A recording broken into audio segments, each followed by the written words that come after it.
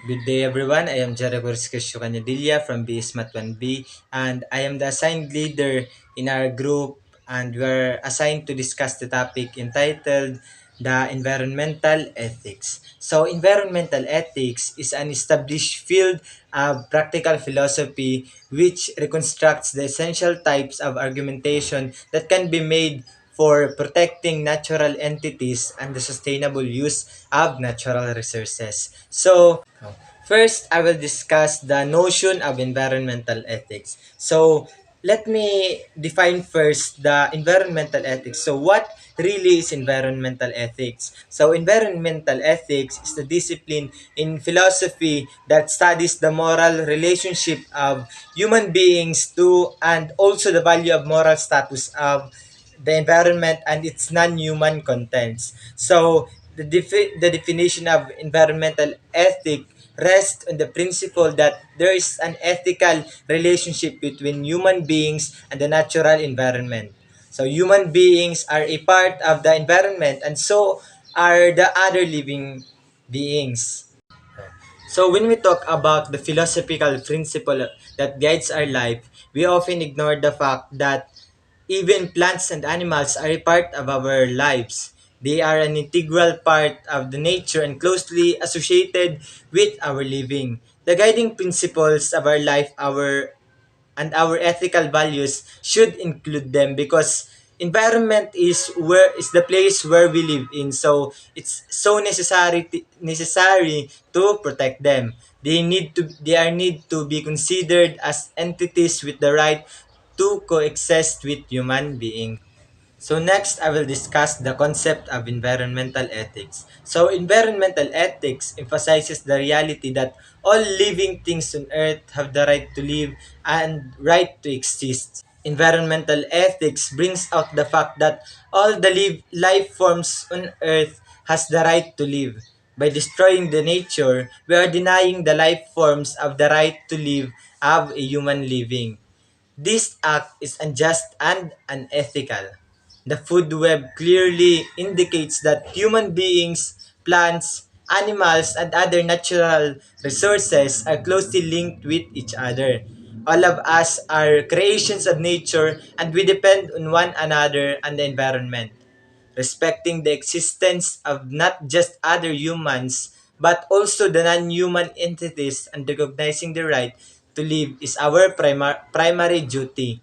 With environmental ethics, morality extends to the non-human world. So what is environmental ethic as a field? So environmental ethics came to an existence in early 1970s when the world began to realize the dangers of human actions towards the environment. The Earth Day celebration of 1970 was also one of the factors which led to the development of environmental ethic as a separate field of study. This field received impetus when it was first discussed in the academic journals in North America and Canada. Around the same time, this field emerged in Australia and Norway.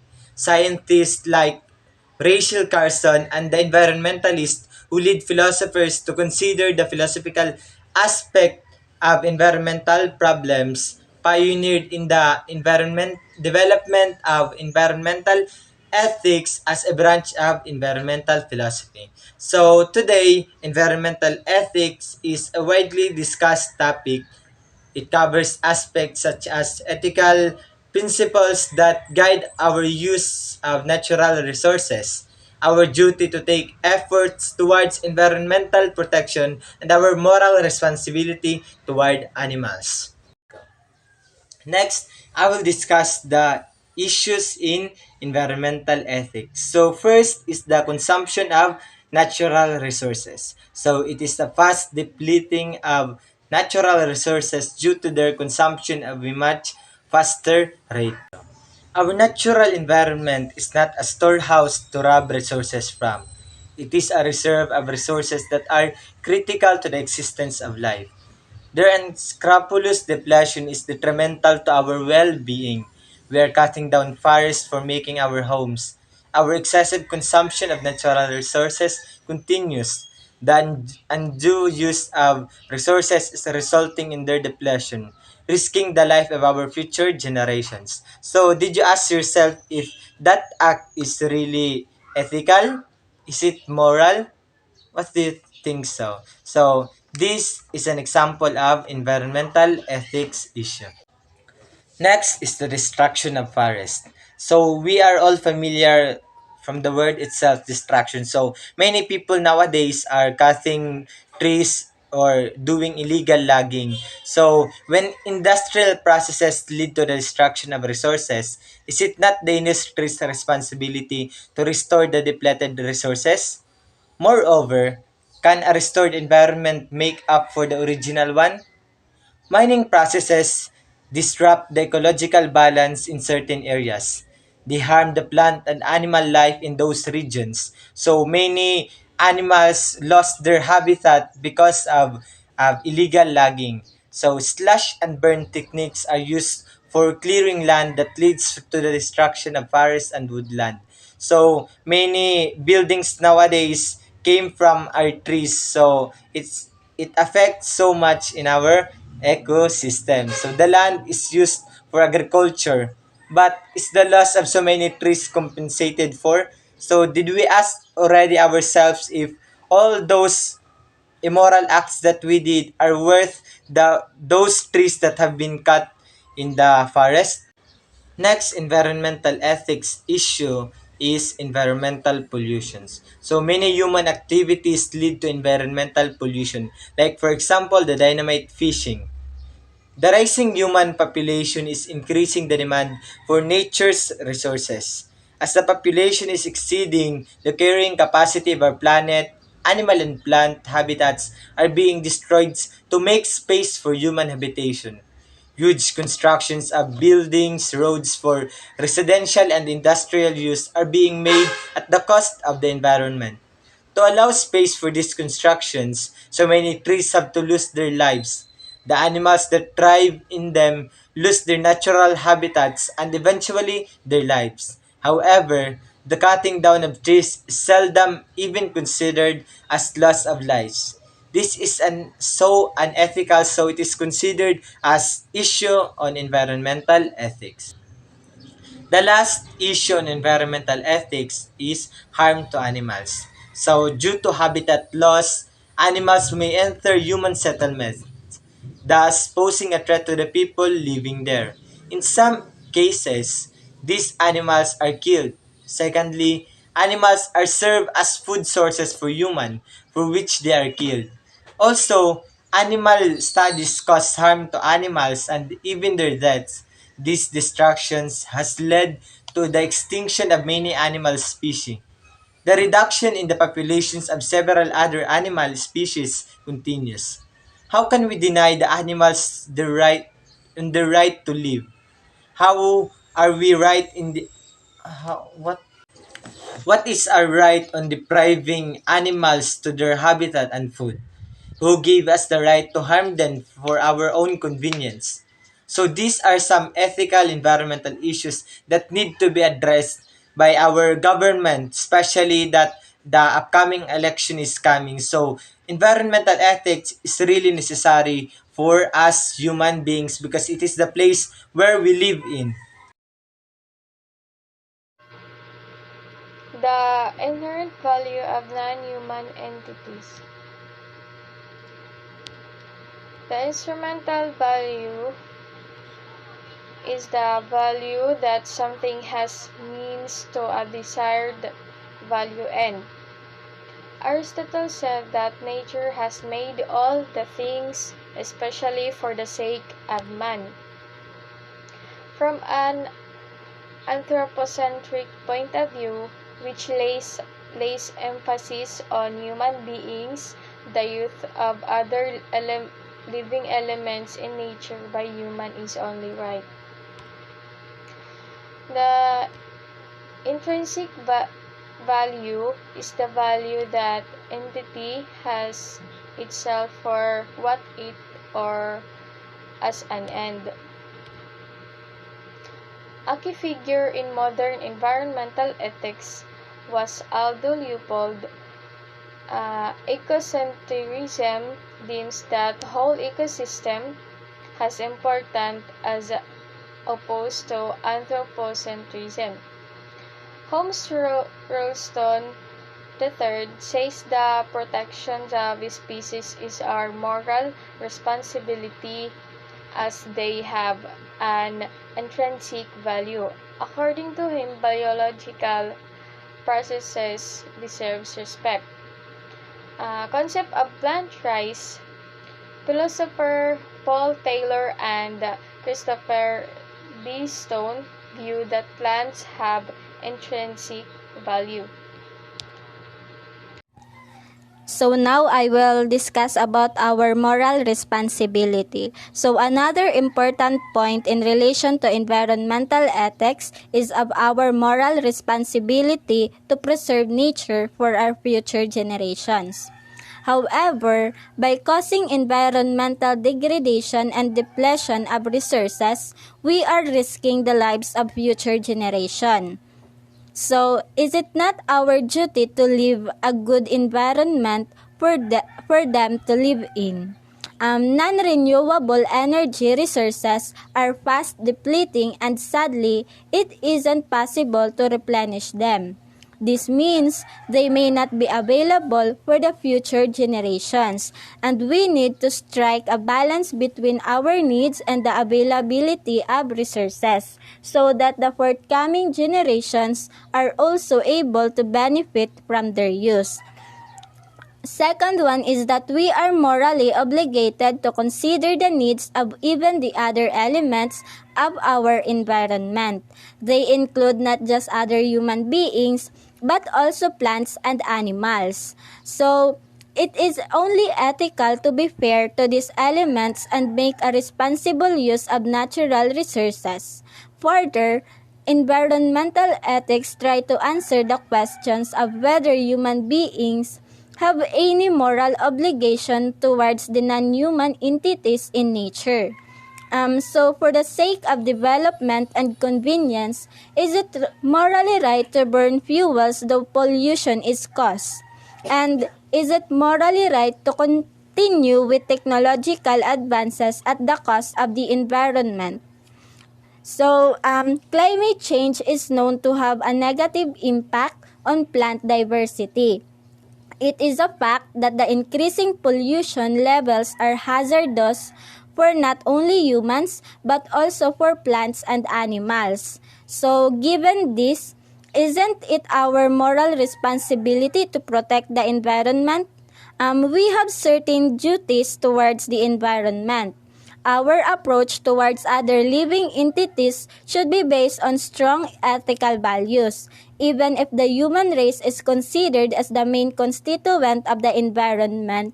Animals and plants are no way less important.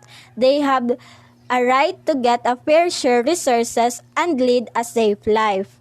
So, for the right to a safe, healthy, and ecologically balanced environment, as a human right in itself, but involve the duty to protection.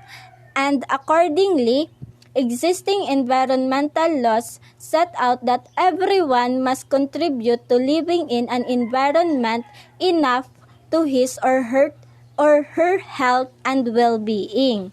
So moving on, now I will discuss about environmental ethics and religion. So, environmental ethics and religion focuses in the impact of Aztec religions and related tradition of stewardship on environmental ethics. So, it is widely believed that Western forms of religion, wherein the followers of this religious belief believe in only one God, have promote an anthropocentric attitude to nature and with an anti-democratic and domineering approach. So, different religions have their own theories of how the world was created and in their own ways encourage the ideas of protecting the environment or preserving nature because of the association of natural elements with the supreme power that created them. So in some religions, certain plants or animals are worshipped considering them as sacred or symbols of a particular deity. Moreover, nature worship is a part of many religious and spiritual practices, and this goes on to say that all religions express concerns towards the environment and lay importance on its non-human constituents. 6. A step further from environmental ethics is radical ecology, which says that it may not be enough to extend ethics to non-human elements of environment and that it is necessary to bring changes in the way we live and function. Radical ecology, the view that environment problems can only be solved by a radical reversion of attitude and values rather than through economics and political reform. Norwegian philosopher Arne classified environmentalism as shallow and deep, while shallow ecologists follow by anthropocentrism. Deep ecologists recommended the development of a new eco-philosophy. They are of the view that non-human elements have an intrinsic worth which is not dependent on their utility for humans. They believe in the need to implement ways to reduce human intervention in the non-human world that leads to the destruction of biodiversity.